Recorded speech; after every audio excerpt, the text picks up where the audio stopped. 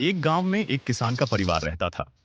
श्यामू, श्यामू की पत्नी और श्यामू का छोटा बेटा मोनू। श्यामू बहुत मेहनती था और उसका पूरा परिवार बहुत दयालु भी था। श्यामू एक किसान था, तो रोज सुबह जल्दी अपना खेत जोतने के लिए काम पर चला जाता था।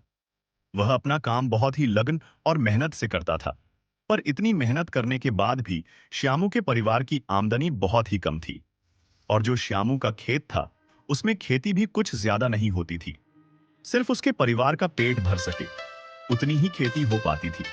फिर कुछ धान बेचने के लिए कुछ बचता ही नहीं था। अगर वो धान बेच दे तो खाने के लिए कुछ बचता नहीं। घास अगर नहीं बेचे तो पैसे नहीं मिल पाते थे। श्यामू की आर्थिक स्थिति बहुत खराब थी, पर फिर भी श्यामू को भगवान पर पूरा भरोसा था।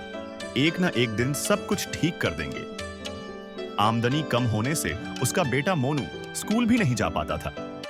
श्यामू की पत्नी ने भी बहुत दुकानों में जाकर नौकरी की तलाश की, ताकि वो अपने पति श्यामू की मदद कर पाए। पर उसे नौकरी नहीं मिली। नौकरी नहीं मिलने के कारण श्यामू की पत्नी ने सोचा कि मैं अपने पति की खेत में ही मदद करती हूँ। अब अगले दिन सुबह श्यामू अपने खेत में काम करने के लिए चला जाता है।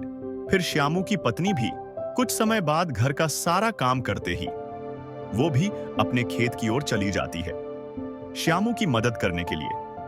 श्यामू और श्यामू की पत्नी दोनों बहुत मेहनत से अपने खेत में धान की सिंचाई करते हैं। पर एक दिन मानो उनकी किस्मत ही बदल गई। पूरे गांव में एक वर्ष में जितना धान आता था, वो श्यामू के खेत में ही आ गया।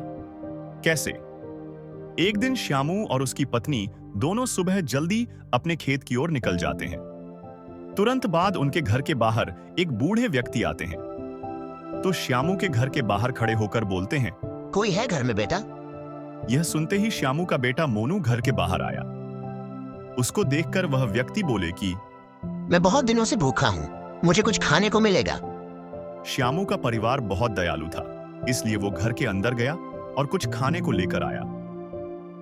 पर मोनू इस बात से अनजान था कि वह एक बूढ़े व्यक्ति ही नहीं, बल्कि व्यक्ति के रूप में स्वयं भगवान है। जैसे ही दादाजी ने रोटी का पहला निवाला लिया, वैसे ही श्यामू के घर के अंदर आटे की बोरियां आने लगी।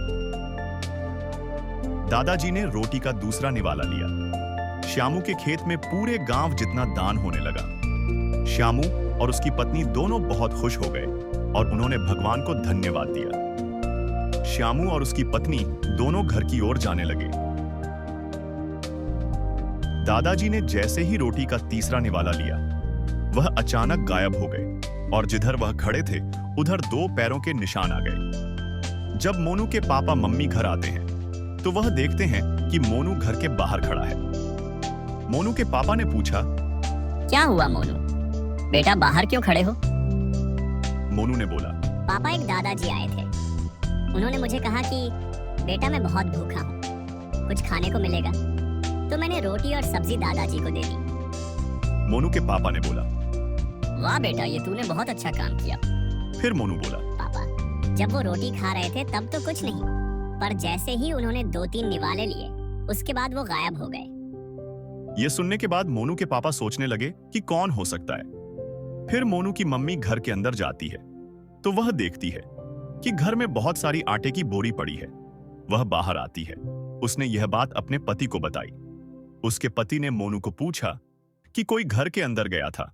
मोनू ने बोला, नहीं पापा, जब मैं दादाजी के लिए खाना अंदर लेने गया तब तो अंदर कुछ नहीं था और कोई घर के अंदर भी नहीं गया। पर हाँ, जब वह दादाजी गायब हुए तब उनके पैर के निशान हमारे घर के बाहर पड़ गए। देखो। यह देखकर श्यामू समझ गया कि यह भगवान की ही लीला है।